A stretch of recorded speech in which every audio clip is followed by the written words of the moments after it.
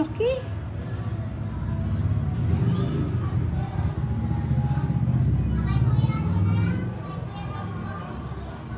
Kaya pag halimbawa sir na tuyong-tuyo, doon talaga mararamdaman mo talaga yung pagkirot. Ang laki pa naman. Hindi pa naman ito nadadala sa basta-basta puts pa lang po. Kasi ang kapal niya eh. Kaya binabad ko muna siya. Ang kapal nga oh. Kaya minsan kahit siguro kinakat mo rin to ng nail cutter, sir, hindi naman. Oo. Pinapadaanan nyo rin po ng nail cutter din pala to. Kasi kakagigil po ano. Ang tigas mo eh.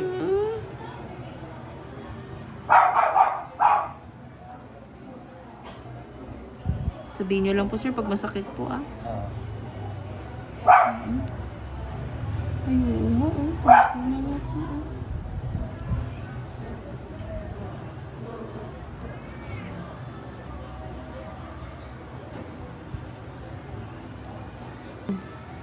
Pero malaki ba kayo?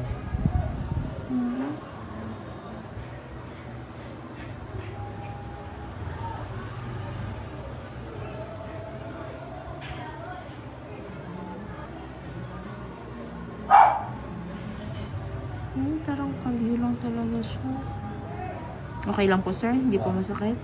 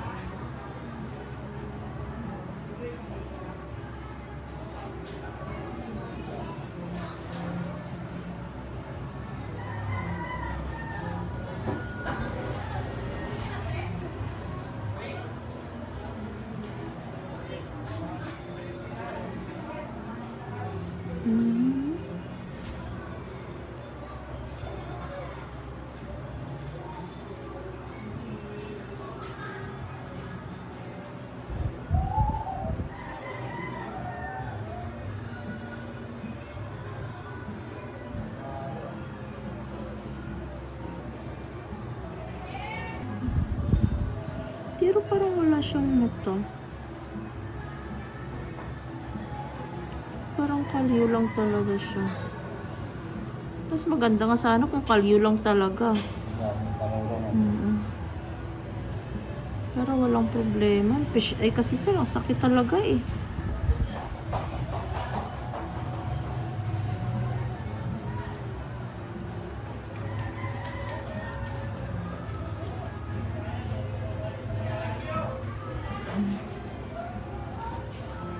Okay lang po. Okay lang na.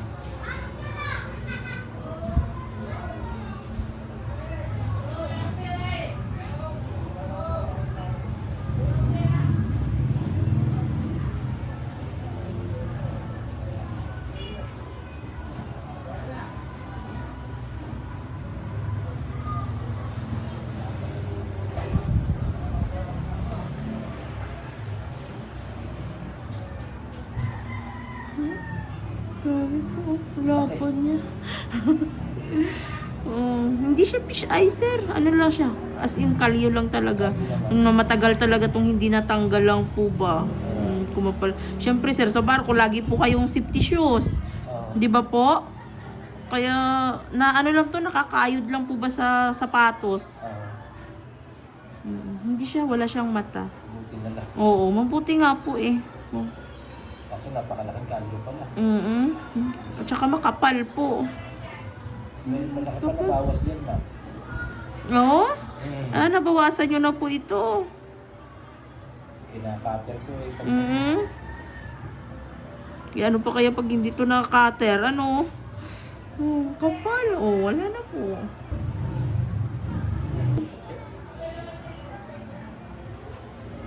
Di ba? Ang kapal, lapad. Wala nasa isip ko talaga eh, baka yung parang... Oo, fish. Ay, wala. Hindi po. Wala, oh. Kasi pag ano yan, sir, makikita mo agad yan. May mata yan dito, eh. Wala naman. Mabuti nga po. Hindi po siya ganun. Napakasakit nun, sir. Ito, sir, sumasakit to pag sobrang tuyong-tuyo yung kalyo siguro. Tapos nasasagi-sagi. Kasi pag gano'n malamig eh. Opo, ayun. Kakapal ng basta-basta yung dry skin nyo.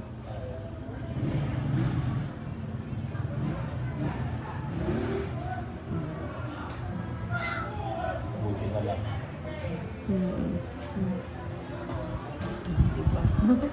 Ayun siya, nawala.